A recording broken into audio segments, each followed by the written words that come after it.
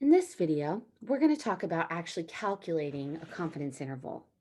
Now, in the previous video, we talked about how to, or what the confidence interval kind of represents. And now we're going to actually look at how to find it. So, first of all, the first confidence interval we're going to focus on is a confidence interval for finding the population mean when we don't know the population mean, but we do happen to know the population standard deviation or sigma. So that's what they mean by population standard deviation. That means we know sigma. So we'll need a point estimate. And for this, we'll be using X bar because we're estimating the mean.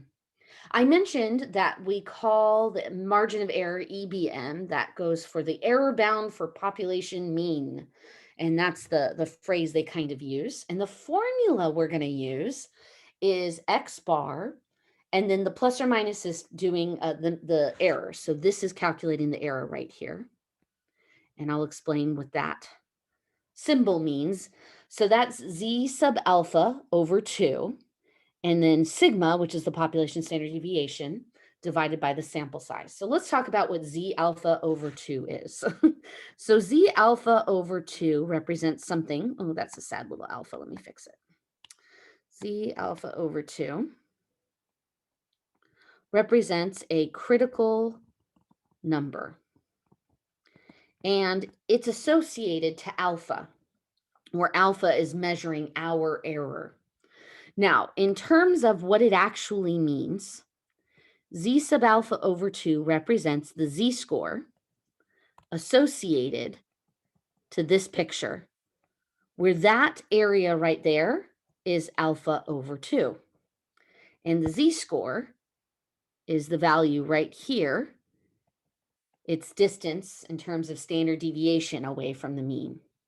Now, you don't really need to worry about that because on our formula sheet, actually gave you the Z alpha over 2s that you're going to need for confidence intervals. So if you scroll down to the end of the actual formulas right here, confidence interval critical values, I've given you the Z alpha over 2 for the 4 confidence intervals that I expect you to be able to do. So those are the 4 values we are going to use in our calculations. So what I would do is if you don't have this with you, go ahead and get your formula sheet, grab it real quick, pause the video, and we're going to use that as we go through because I'm not going to keep bouncing back and forth between my screen where I'm writing the notes and the formula sheet. I'm going to have you look these up off the formula sheet yourself. Okay, so let's come back and we're going to practice finding uh, confidence intervals using this formula. Okay, so first thing, they will typically give us the confidence level. So we really usually don't have to choose that. They give us the confidence level and then we kind of calculate that and work from there. Okay, so suppose the scores in a stats class are normally distributed with a known population mean and population standard deviation of 3 points. So we do need things normally distributed here because we're going to be using z-scores. And the minute we're using z-scores, we're looking at a normal distribution, and therefore we need to be normally distributed. It has to be a bell-shaped curve. Okay, so that's why they gave us that piece of information. They also gave us the population standard deviation. They said that that is 3 points. So I'm going to write that down. A random sample of 36 scores is taken. So that's our sample size, N.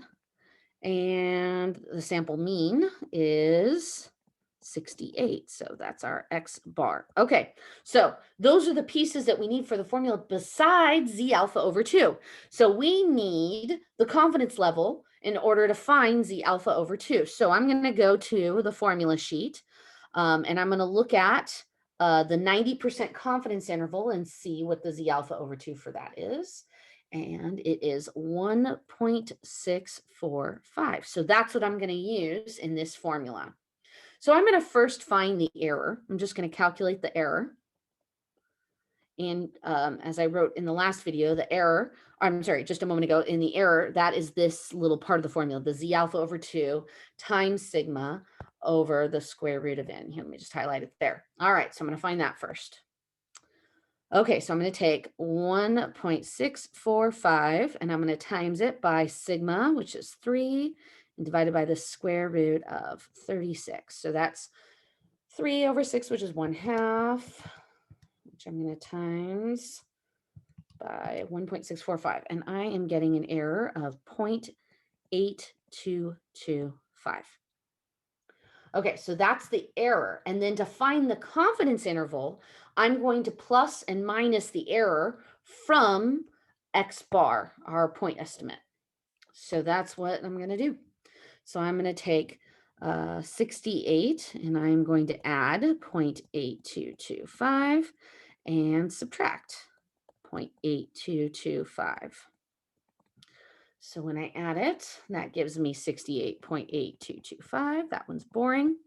When I subtract it, I get 67.1775. Sorry, my one is a little wonky. There we go. 775. Okay, so my confidence interval then is 67 point. Did they tell me anywhere about rounding? They didn't. But typically when there's decimals, I'd like to keep a couple. So I'm going to put 67.18 and 68.82.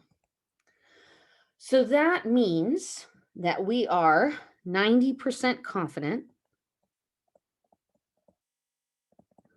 that, that's not how you spell that, that the population mean, or mean exam score, is between 67.18 and 68.82. And that's how we interpret that. Now, one more time, they like to emphasize that another way of interpreting it is to say that if we constructed 100 of these confidence intervals based on 100 different samples, we would expect 90 of them to contain the true population mean. So it's another way of interpreting the confidence interval. I'm not going to go ahead and keep belaboring that point. They just kind of brought it up. So I wanted to mention it a couple times that there's kind of this alternate interpretation. All right, so let's see what happens if we change the confidence level.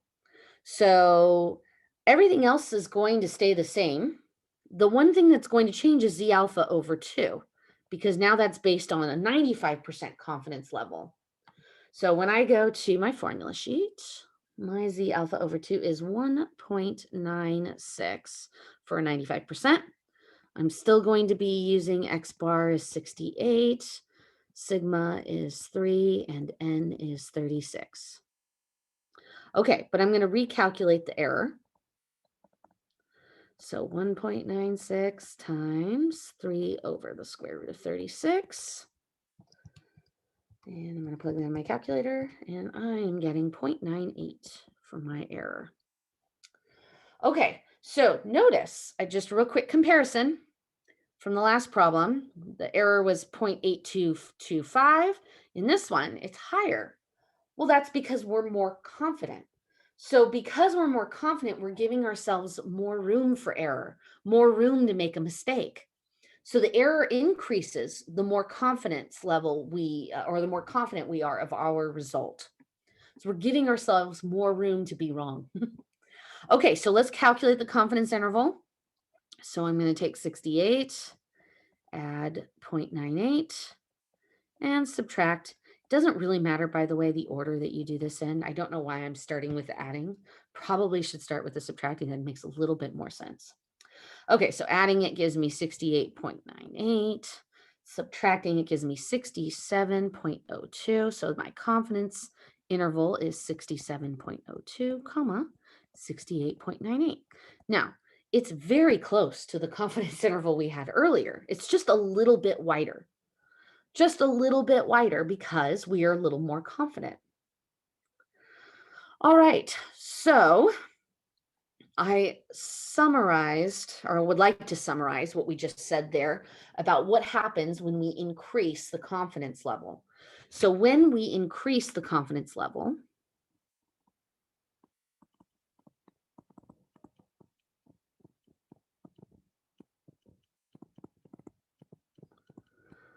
we increase the error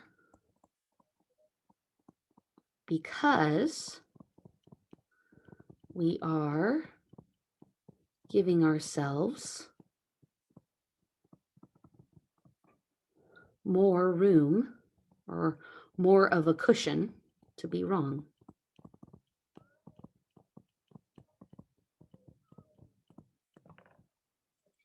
And then if you were to decrease the confidence level, you'd be decreasing the error. So it's kind of that direct relationship. Okay, so now we're going to still work with the same information, but this time we're keeping the 90% confidence level from the first problem. So RZ alpha over 2 is going to be 1.645 like it was at the beginning there. But they're changing the sample size. So mean is still 68. Sigma is still 3, but now the sample size is 25. So decreasing the sample size. And if you kind of think about it, you're like, kind of feel like if we decrease the sample size, we're not going to be as accurate. So let's see what happens, though, when we do that. What happens to the confidence interval? Okay, so here we go. Let's find our error. 1.645, that's skipped the 4, times 3 over the square root of 25 this time. All right, so I am getting 0.329. Oops, I did that wrong.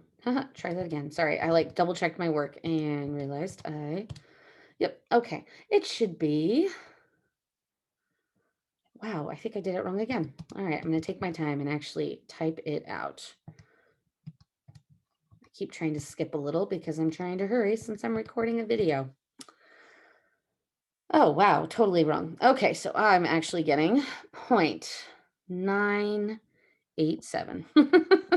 Very different. 0.987. Oh, I just realized, sorry, I was looking at the answer sheet and I realized there was a totally different error. So they actually gave us 2 different sample sizes. I just saw that. So sample size of n equals 100 and then sample size of n equals 25. So they actually want us to do both. Okay, so let's do n equals 100 now. This is why I try to have the answers here with me, so I don't make a complete fool of myself. Well, no, that's not true. I don't mind making a fool of myself. I just don't want to give you the wrong work, which happens sometimes. I am a human. 0.4935, that's what I'm getting for a sample of 100. Okay, wow, whew, shocking difference. Okay, so almost a whole half difference, all right? It's almost double. So the error when we are looking at a smaller sample is far bigger than when we're looking at a larger sample. So let's summarize that. The larger the sample, the smaller the error. So increasing the sample size will decrease the error.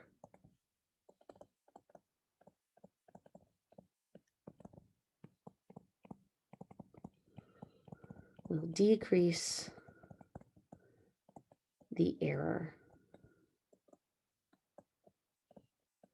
All right. I'm not going to go ahead and calculate the confidence intervals because really we were just kind of after what happens to the error on that. But I encourage you to go ahead and do that.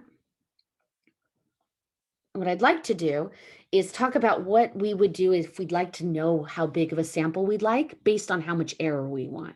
So since we know that the sample size affects error, it's kind of useful to know then what type of sample we would need so that we stay within a certain error bound.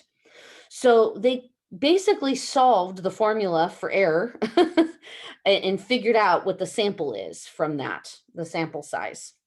And this is formula that we're going to use. It is a little bit, I think it's written with an E instead of EBM on the formula sheet. Just kind of want to mention that real quick. So EBM is what we've been using to represent error, but I think I used E because I was using an old notation.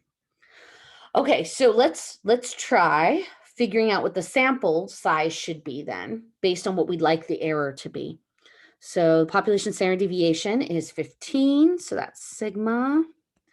95% confidence that the sample mean. So we know the 95% confidence that's going to give us Z alpha over 2. So looking that up, I think that was 1.96.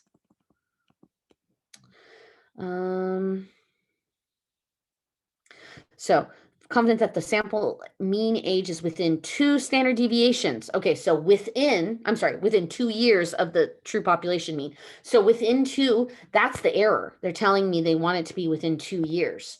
So the error needs to at least be 2. And that's it. That's all we need for the formula. So let's plug that in and find out what size population we should have. Oh, sorry, 15 over 2. Okay, and then we square it. So let me start by calculating what's inside. So inside here, I'm getting 14.7, and then squared is going to be 216.09. Now, when we do this, we don't round according to the normal rules. We always round up because we want to ensure we're going to be within the error. And if you accidentally round down, it might not ensure that. So when they say that you need 0.09 of a person, you need to take a whole other person. So you need to always round the answer up. So our final answer then for this is going to be 217. That's going to give us the best random age within, I'm sorry, the sample age mean within 2 years of the error.